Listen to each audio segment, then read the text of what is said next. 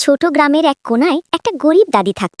তার ছোট একটা কুঁড়ে ঘর ছিল, আর সামনে ছিল একটা পুরনো শুকনো বাগান।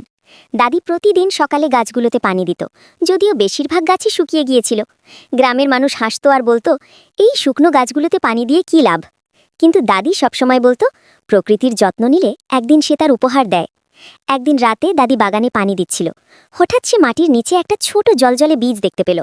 দাদি অবাক হয়ে বীজটা মাটিতে লাগিয়ে দিল। পরদিন সকালে সে দেখে সেখানে একটা ছোট গাছ গজিয়েছে। গাছটা অদ্ভুতভাবে জলজল করছিল। কয়েকদিনের মধ্যে গাছটা বড় হয়ে গেল। তারপর এক সকালে দাদি দেখল গাছে সাধারণ ফল নয়, বরং ছোট ছোট সোনালি আপেল ধরেছে। দাদি একটা আপেল বাজারে নিয়ে গেল। লোকেরা অবাক হয়ে গেল আর অনেক টাকা দিয়ে সেটা কিনে নিল। কিছুদিনের মধ্যে দাদির জীবন বদলে গেল। কিন্তু দাদি সেই টাকা শুধু নিজের জন্য রাখেনি, সে গ্রামের গরিব মানুষদের সাহায্য করল আর নতুন গাছ লাগালো।